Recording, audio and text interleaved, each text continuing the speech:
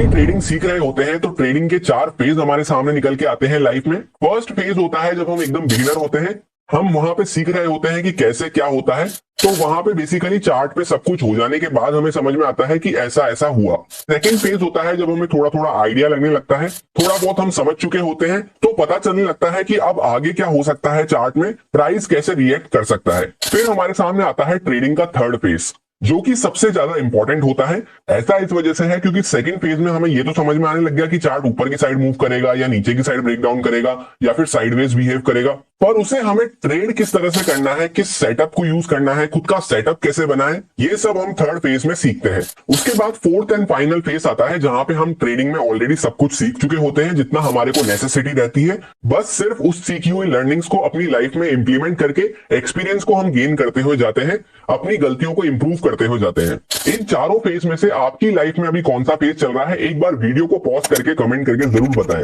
मेरे personal experience के according third phase जो होता है वो सबसे ज्यादा स्ट्रगल वाला होता है, सबसे ज्यादा टाइम कंज्यूमिंग भी वही होता है। ये ऐसा फेज होता है जहां पे 90% ट्रेडर जो होते हैं या तो मार्केट से बाहर ही हो जाते हैं, एंड जिसने इस फेज को सरवाइव कर लिया, इसके आगे बढ़ गया, बहुत हाई चांसेस हो जाते हैं कि आने वाले टाइम में वो एक अच्छा ट्रेडर बन सकता है। इस फेज में मेनली क्योंकि हम सेटअप को आइडेंटिफाई करना सीखते हैं। सेटअप का मतलब क्या होता है, सिंपली कहां पे हमें एंट्री करनी है, कहां पे हमें एग्जिट करनी है। सो स्वागत है आपका हर बार की तरह एक और वीकेंड स्पेशल वीडियो में, जहां पे हम ना सिर्फ ये सीखेंगे कि पूरे हफ्ते मार्केट में किस तरह से काम हुआ, कहां कहां पे हमें स्टॉप लॉस हंटिंग वगैरह देखने को मिली एंड कहां कहां पे अच्छी ट्रेड्स वगैरह देखने को मिली, बल्कि साथ ही साथ हम ये भी समझने की कोशिश करेंगे कि हम खुद अपना एक अच्छा सेटअप किस तरह से आइडेंटिफाई कर सकते हैं, कैसे हम अच्छी एंट्री और एग्जिट प्लान कर सकते हैं। वीडियो के दौरान आपके साथ कुछ एक्चुअल एक्सपीरियंस पॉइंट शेयर करूंगा जो कि आपको शायद ही कहीं पे देखने को मिले।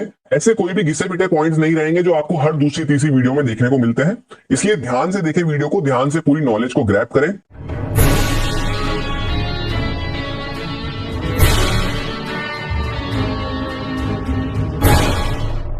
अब इससे पहले हम सेटअप आइडेंटिफाई करना सीखें, आपको ये जानना जरूरी है कि मार्केट में ट्रेड करने के लिए मेनली तीन टाइप के सेटअप हमारे सामने निकल के आते हैं। पहला तो वो सेटअप रहता है जो आपको किसी यूट्यूबर वगैरह ने बता दिया, किसी एक्सपीरियंस ट्रेडर ने बता दिया कि ऐसी ऐसी कोई कैंडल बने तो आपको वहां पे बाय कर लेना है या वहां पे आपको सेल कर देना है। या फॉर एग्जांपल कोई XYZ EMA है, वो ABC EMA को क्रॉस करे तो वहां पे आपको बाय या सेल कर देना है, जिसके लिए बेसिकली आपको कोई भी एफर्ट नहीं करना पड़ता, सिर्फ आपको कुछ प्राइस एक्शन पॉइंट रटवा दिए जाते हैं वहां पे। अब होता क्या है, इस टाइप के सेटअप जो होते हैं लोग YouTube वीडियोस वगैरह से जनरली सीखते हैं और उन YouTube वीडियोस पे मिलियंस में व्यूज होते हैं।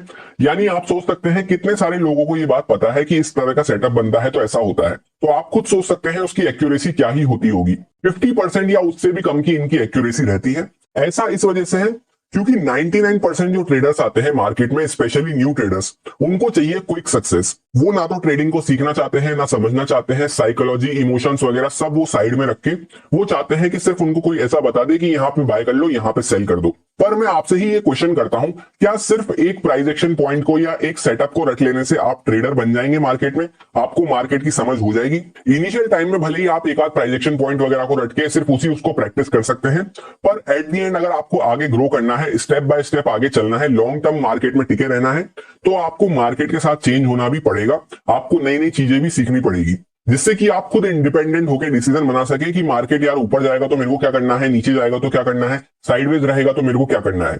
अब फॉर एग्जांपल आपने इस टाइप का कोई एक प्राइस एक्शन पॉइंट या एक सेटअप रट भी लिया, तो उससे क्या होगा, आपको पहले तो पूरे दिन चार्ट देखना पड़ेगा कि कहां पे वो सेटअप बन रहा है, और ऐसे ऐसे दिन भी आएंगे जब पूरा दिन ही कभी वो सेटअप आपको देखने को नहीं मिलेगा, एंड कोई कोई दिन ऐसे आएंगे जब एक ही एक दिन में 10-15 बार भी आपको देखने को मिल जाएगा। तो ना तो वो आपको अच्छा रिस्क मैनेजमेंट प्रोवाइड करवा सकते, किसी दिन तो आपको ट्रेडिंग नहीं मिल रही, किसी दिन 10-15 बार मिल रहा है जिसमें आप मान लीजिए एक बार दो बार आप लॉस करके निकल गए मार्केट से, आपने बंद कर दिया, उसके बाद पता चल रहा है तीसरी चौथी बार में उसने बहुत ही बड़ा प्रॉफिट दे दिया।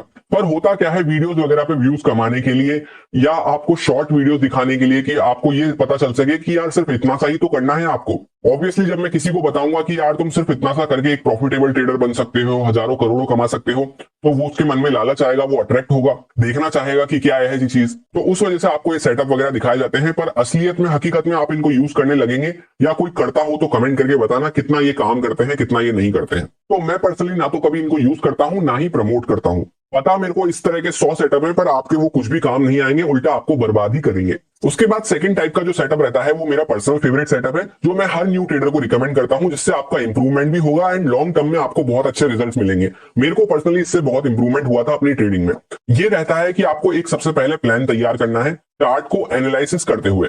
एनालाइज करते टाइम हम क्या पता लगाएंगे कि सबसे पहले हमारा ब्रॉड माइंडसेट किस साइड पे बन रहा है, बाय साइड पे बन रहा है, सेल साइड पे बन रहा है, या फिर साइडवेज मार्केट के लिए बन रहा है। एक बार ये पता चल जाने के बाद जहां पे चार्ट ने क्लोजिंग दी है, वहां से हम कंडीशंस डिफाइन करके रखेंगे कि अगर सपोज यहाँ पे बड़ा गैप अप होता है तो हमें क्या करना है, फ्लैट प्राइस के आसपास क्या खुलता है तो हमें क्या करना है, गैप डाउन खुलता है तो हमें क्या करना है। एक बार फिर ये कंडीशंस हमारी डिसाइड हो गई, फिर हमें चार्ट पे इंपॉर्टेंट लेवल्स वगैरह मार्क करके रखने हैं। अब सपोज चार्ट गैप अप हुआ, उस केस में हमारा प्लान था शॉर्ट साइड पे, रेजिस्टेंस के आसपास खड़ा है, कोई सेल साइड की कंडीशन मिली, हमने एंटर किया, तो हमारा कॉन्फिडेंस वहां पे नेक्स्ट लेवल हाई रहेगा, तो हम वहां पे ट्रेड में अच्छे से होल्ड भी कर पाएंगे। अब थर्ड वाला जो सेटअप होता है, ये मोस्टली एक्सपीरियंस ट्रेडर के काम आता है, जिनको चार्ट देखने का अच्छा खासा एक्सपीरियंस है। इसमें सिंपली आपको कंडीशंस डिफाइन करके रखनी है कि ऐसा ऐसा होगा तो मैं वहां पे बाय करूंगा, ऐसा होगा तो सेल करूंगा। उसके लिए आपको प्राइस एक्शन वगैरह देखने की जरूरत नहीं है, लाइव आप कैंडल को देखते हुए जज कर सकते हैं, रनिंग कैंडल पे भी एंट्री बना सकते हैं। फिर भले ही वहां पे उसके अकॉर्डिंग मेरे को लग रहा है कि डाउन साइड पे स्टॉप लॉस नहीं है, तो शूटिंग स्टार बन रही हो, कुछ भी बन रही हो, मैं या तो वहां पे वेट करूंगा या फिर बाय करने की कोशिश करूंगा। अगर मेरे को लग रहा है कि ऊपर की साइड पे स्टॉप लॉस वगैरह ज्यादा है, तो उसमें प्राइस एक्शन वगैरह से भी कोई मतलब नहीं रहता। इस टाइप का होता है third setup, purely psychology based. अब जैसा कि मैं ये बात जानता हूं, अगर कोई न्यू ट्रेडर है तो उसकी साइकोलॉजी उतनी स्ट्रांग नहीं रहती है, ना ही उसका चार्ट देखने का एक्सपीरियंस उतना स्ट्रांग रहता है कि वो रनिंग कैंडल को जज कर सके। इसलिए मैंने आपसे कहा हमेशा कि सेकंड वाला जो सेटअप होता है वो हमारे लिए सबसे बेस्ट होता है। अब जैसा कि प्रैक्टिकल चार्ट्स पे हम समझ लेते हैं कि हम कैसे सेटअप्स को आइडेंटिफाई कर सकते हैं, सेकंड टाइप वाले सेटअप्स की मैं यहाँ पे बात करने वाला हूं। फर्स्ट टाइप वाले सेटअप, जैसा मैंने कहा आपसे, कोई भी काम के हमारे नहीं रहते। थर्ड टाइप वाले सेटअप ऐसे रहते हैं जिनके लिए आपको कैच होना चालू हो जाएगी चार्ट से, तो वहां पे आप लाइव रनिंग कैंडल में भी ट्रेड वगैरह प्लान कर सकते हैं। यहाँ पे आपको क्या देखने को मिल रहा है, अच्छा खासा फॉल हुआ है, उसके बाद फ्राइडे को मार्केट गैप अप खुल के थोड़ा सा हल्का फुल्का रिट्रेसमेंट दिया है ऊपर की साइड पे धीरे धीरे करते हुए। तो जब मैं आपको यहाँ पे मंडे के लिए अपना वीकली एनालिसिस में प्लान शेयर कर रहा था, मैंने आपको सिंपल सी यही कंडीशन बताई थी कि यहाँ पे और रिट्रेसमेंट थोड़ा सा पेंडिंग नजर आ रहा है और अपसाइड पे थोड़ा सा पुल बैक वगैरह हो सकता है। उसके पीछे का सिंपल सा लॉजिक ये है कि जब इतने बड़े रेशियो में यहाँ पे फॉल हो चुका है, तो इतने से पुल बैक वगैरह से यहाँ पे कोई भी काम नहीं चलेगा, या तो फिर चार्ट को यहाँ पे अच्छे से टाइम वगैरह स्पेंड करना पड़ेगा, तब जाके वो फर्दर गिर पाएगा, या फिर थोड़ा सा अच्छा खासा पुल बैक देके फिर आगे गिर पाएगा। उस टाइम पे मेरा ये माइंडसेट चल रहा था, और उसके लिए मैंने आपसे क्लियर कट कहा था कि अगर कोई रेजिस्टेंस वगैरह क्रॉस होता है वहां पे, तब हम वहां पे बाइंग साइड के लिए प्लान कर सकते हैं। तो भी मैं लाइंस वगैरह आपसे बोलूंगा, आप चाहें तो क्रॉस चेक करने के लिए उस दिन का एनालिसिस वगैरह चेक कर सकते हैं। प्रीवियस लोज वगैरह ब्रेक नहीं हो रहे तो ऑब्वियसली यहाँ पे बायर्स वगैरह के स्टॉप लॉस पड़े होंगे। एंड आपसे ये भी कहा था कि वापस से 500 वगैरह के नीचे जाता है तो यहाँ पे हमें डाउन साइड का मोमेंटम वगैरह देखने को मिल सकता है, क्योंकि यहाँ पे एक गैप भी पेंडिंग पड़ा हुआ था इस वजह से। अब होता क्या है, रेजिस्टेंस तो क्रॉस नहीं होता, तो बाय साइड का सेटअप ढूंढने का यहाँ पे सवाल ही नहीं बनता। सेटअप किस तरह से ढूंढते हैं, जब पहले प्लान एक्टिवेट हो। दूसरा, यहाँ पे क्या होता है, 500 का लेवल ब्रेकडाउन हो जाता है, तो यहाँ पे एक प्लान एक्टिवेट हुआ मेरा शॉर्ट साइड का, भले ही यहाँ पे 100-150 पॉइंट का मूव अच्छा देखने को मिला, पूरा ये गैप फिल करा मार्केट में, पर फिर भी मैं यहाँ पे कभी भी सेटअप ढूंढूंगा ही नहीं, एंट्री ही नहीं लूंगा। ऐसा क्यों है, क्योंकि कुछ यूनिवर्सल पॉइंट होते हैं, कुछ बेसिक पॉइंट होते हैं, वो आपको हमेशा याद रखने हैं। जब हम यहाँ से गिरते हुए आ रहे हैं, ऑलरेडी 250-300 पॉइंट का मूव हो चुका है, तो फिर उसको ब्रेक डाउन कर रहा है, तो भी मैं वहां पे एंट्री नहीं प्लान करूंगा कभी भी अपनी। तो बाय साइड का यहाँ पे प्लान ट्रिगर नहीं हो रहा, डाउन साइड का प्लान ट्रिगर हुआ तो वहां पे कंडीशंस फुलफिल नहीं हो रही। प्लान और कंडीशन सब फुलफिल हुए तो वहां पे उसके बाद हमें जाके वहां पे सेटअप ढूंढना होता है। अब मैं कहने को आपको यूं कह सकता हूं कि यहाँ पे कंसोलिडेट वगैरह करके ब्रेकआउट करा तो यहाँ पे एंटर कर जाओ, और जब मैं खुद ही यहाँ पे एंटर नहीं करा तो मैं आपको कैसे कह सकता हूँ, क्योंकि लाइव चार्ट में एक ट्रेडर के इमोशंस अलग चलते हैं, वो मैं प्योरली समझ सकता हूँ आपकी बात को। इसलिए जो मेरे साथ होता है वही मैं आपको शेयर करता हूँ। यहाँ पे जब मैं इस तरह से कंसोलिडेट करके यहाँ पे ब्रेकआउट हुआ, मैं खुद ही ट्रेड नहीं लिया, तो मैं आपको क्या बोल सकता हूँ कि आप ट्रेड ले सकते थे। यहाँ पे मेरा प्लान सिंपल था, 500 के नीचे सेल करेंगे, या फिर यहाँ पे रेजिस्टेंस वगैरह कोई मेजर क्रॉस होता है तो वहां पे हम बाय करेंगे। उसके बाद जब चार्ट यहाँ पे हायर साइड पे आके वापस से यहाँ पे कंसोलिडेट करके फिर ब्रेकआउट करा, तब मैंने यहाँ पे बहुत ही छोटी क्वांटिटी में सिर्फ यहाँ तक का ट्रेड पकड़ा था, क्योंकि वहां पे मेरा प्लान भी एग्जीक्यूट हो रहा था कि रेजिस्टेंस के ऊपर हम आ चुके थे। दूसरा, यहाँ पे रेजिस्टेंस के पास आके अच्छे से यहाँ पे टाइम पास भी करा था इसने, प्रीवियस ट्रेंड भी वापस से यहाँ पे अपसाइड पे ही था, तो यहाँ पे स्टॉप लॉस डालने की जगह मिल रही थी, तो यहाँ पे छोटा सा मोमेंटम वगैरह पकड़ा था, बहुत कम क्वांटिटी के साथ, 50% से भी कम क्वांटिटी के साथ, क्योंकि ट्रेंड के अगेंस्ट में हम बने हुए हैं।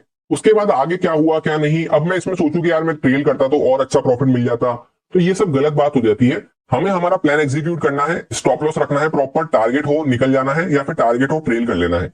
अब मैं अगेंस्ट द ट्रेंड था तो मेरे को ट्रेल वगैरह करने की यहाँ पे इच्छा नहीं थी, तो यहाँ पे ये बड़ी सी कैंडल बन के वापस मार्केट नीचे आने लगा, तभी मैंने यहीं कहीं पे बुक कर दिया था। अब उसके बाद हम नेक्स्ट डे ट्यूसडे के लिए प्लान कर रहे थे, तो मैंने आपसे यही सिंपल सी बात कही थी कि यहाँ पे भर भर के यहाँ पे बायर्स वगैरह बैठे होंगे, पर मैंने एक बात और कही थी कि यहाँ पे जो नीचे से बैठे हुए हैं उनको अच्छा खासा प्रॉफिट दिख चुका होगा, तो उनको हम डायरेक्टली टारगेट नहीं कर सकते। जो यहाँ पे कहीं पे पोजीशन बनाए हैं प्लस 43,000 के ऊपर हमने क्लोजिंग दी है, इसको देख के पोजीशन वगैरह बनाए हैं, इनको मार्केट टारगेट करने के लिए, इनके स्टॉप लॉस हंट करने के लिए सेल साइड पे जा सकता है। दूसरा मैंने आपसे ये भी कहा था कि अगर फ्लैट वगैरह खुलता है तो मेजर रेजिस्टेंस हमें 200 वगैरह के ऊपर देखने को मिलेगा। इतना सा मोमेंटम वगैरह छोटा सा हम स्कैल्पिंग वगैरह यहाँ पे प्लान कर सकते हैं। फ्लैट तो खुला ही नहीं, चार्ट डायरेक्टली गैप अप खुला, तो उस केस में हमारा कौन सा प्लान था, सेलिंग साइड पे एक्जैक्टली 185 का मैंने आपसे रेजिस्टेंस वगैरह मार्क कर रखा था यहाँ पे। तो यहाँ पे हमारी एक जेन्युइन एंट्री बन रही थी जब चार्ट ने वापस से रिटेस्ट करा इस तरह से और वापस नीचे ब्रेकडाउन करना चालू करा इंपॉर्टेंट रेजिस्टेंस के आसपास से। प्लस ऊपर साइड पे स्टॉप लॉस वगैरह वैसे भी नहीं थे, यहाँ पे बायर्स वगैरह के ही स्टॉप लॉस देखने को मिल रहे थे।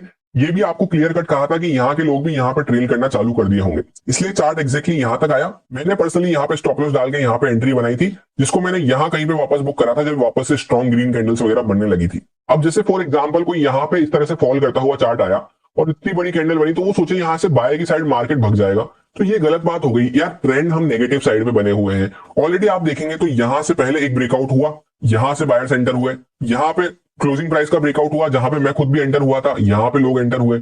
उसके बाद यहाँ पे फ्लैग टाइप बना, यहाँ पे लोग एंटर हुए। उसके बाद भी जब सारा खाना खत्म हो गया, उसके बाद मार्केट इतना बड़ा गैप अप खुल गया, पार्टी खत्म होने वाली है, तब आप वहां पे अगर इस तरह से एंटर करेंगे तो आपके हाथ में क्या ही बचेगा।